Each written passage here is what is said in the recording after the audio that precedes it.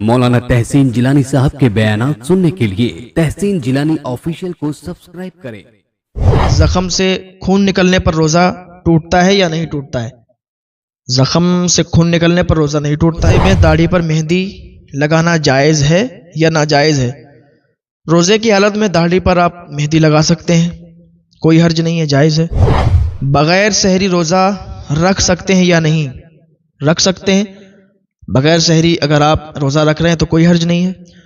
रोज़े की नियत ज़बान से करना ज़रूरी है या नहीं? रोज़े की नियत या नमाज की नियत ज़बान से करना ज़रूरी नहीं है। कर लेंगे तो बेहतर है और नहीं कर लेंगे तब भी कोई बात नहीं है, क्योंकि नियत जो है ना दिल के इरादे का नाम है। दिल में इरादा है कि ये चीज़ कर रहे हैं तो वो नियत हो जाती है।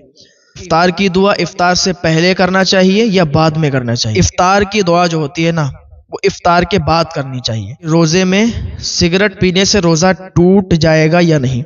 बिल्कुल टूट जाएगा। रोज़े में सिगरेट है, बीड़ी है या तंबाकू वगैरह खाने से रोज़ा टूट जाएगा। थूक निकलने से रोज़ा टूटता है या नहीं टूटता है? थूक निकलने से रोज़ा नहीं टूटता है। आवाज़ से अगर किसी की रीह खारिज हुई तो उसका वज़ू टूट गया या नहीं? ये मसला बहुत समझने का है, ये कई लोगों ने पूछा है।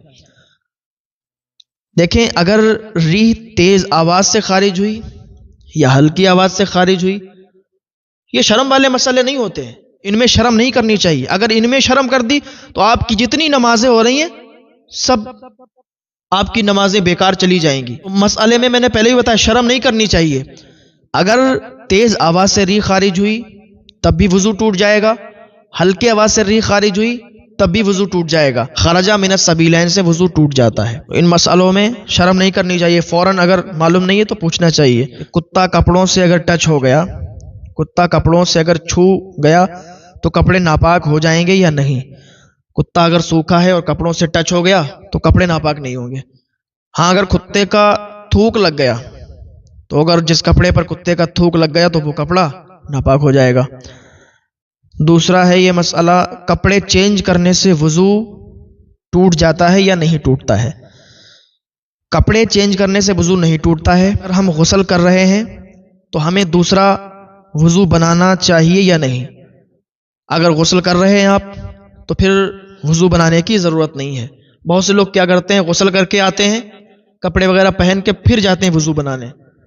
तो अगर ऐसा करते हैं तो आपके लिए बेहतर है, वज़ू अलल वज़ू आप कर लें, बेहतर है आपके लिए। लेकिन गुस्ल करके आते हैं आप तो वज़ू आपका हो जाता है, उसके लिए मज़ीद वज़ू बनाने की ज़रूरत नहीं है। पर वज़ू पर वज़ू करें, आप ही का फ़ायदा है, आपको सवाब मिलेगा। एक मसला और है कि मैंने एक शख्स को नमाज पढ़ते हुए देखा कि वो रुकू से पूरे खड़े नहीं हो रहे थे और ऐसे ही सजदे में चले जा रहे थे, तो क्या नमाज उनकी हो जाएगी या नहीं?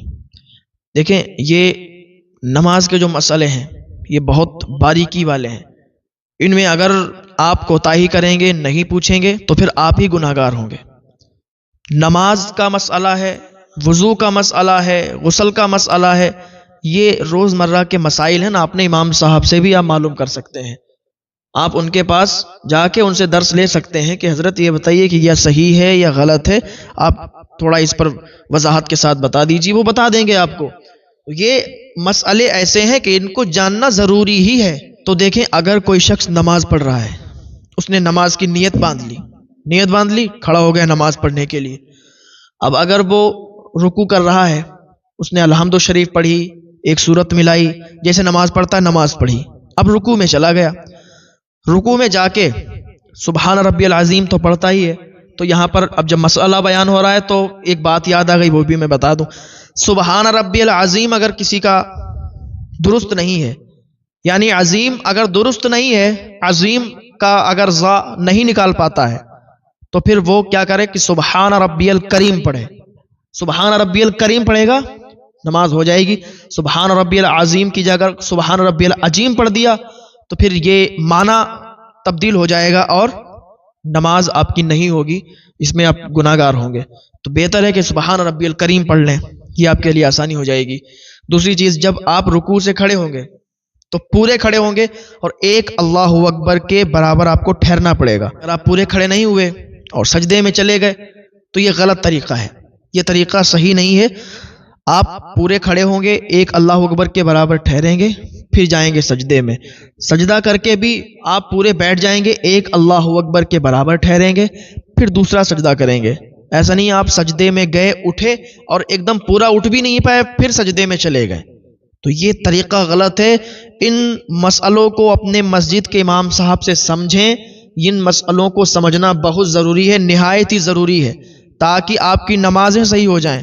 اگر آپ ان مسائل پر غور و فکر نہیں کریں گے تو پھر نمازیں درست نہیں ہو پائیں گی آپ کی۔ یہ سارے مسائل ہیں، ان کو یاد کرنا چاہیے۔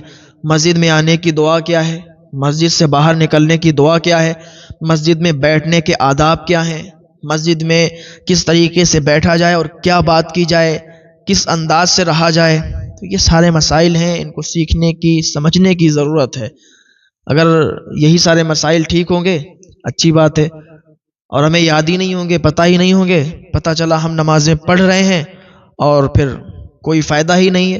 وہ قبول کرنا نہ کرنا اللہ رب العزت کے اختیار میں ہے، لیکن ہمیں یہ چاہیے کہ ہم ان مسئلوں کو درست کریں، کیونکہ دیکھیں علم سیکھنا بہت ضروری ہے، علم سیکھنا فرض ہے۔ اچھا، غسل کرنے کا طریقہ کیا ہے؟ غسل میں 3 فرض ہیں۔ بہت سے لوگ کیا کرتے ہیں کہ بس جلدی سے گئے اور پانی ڈالا اور نکل آئے۔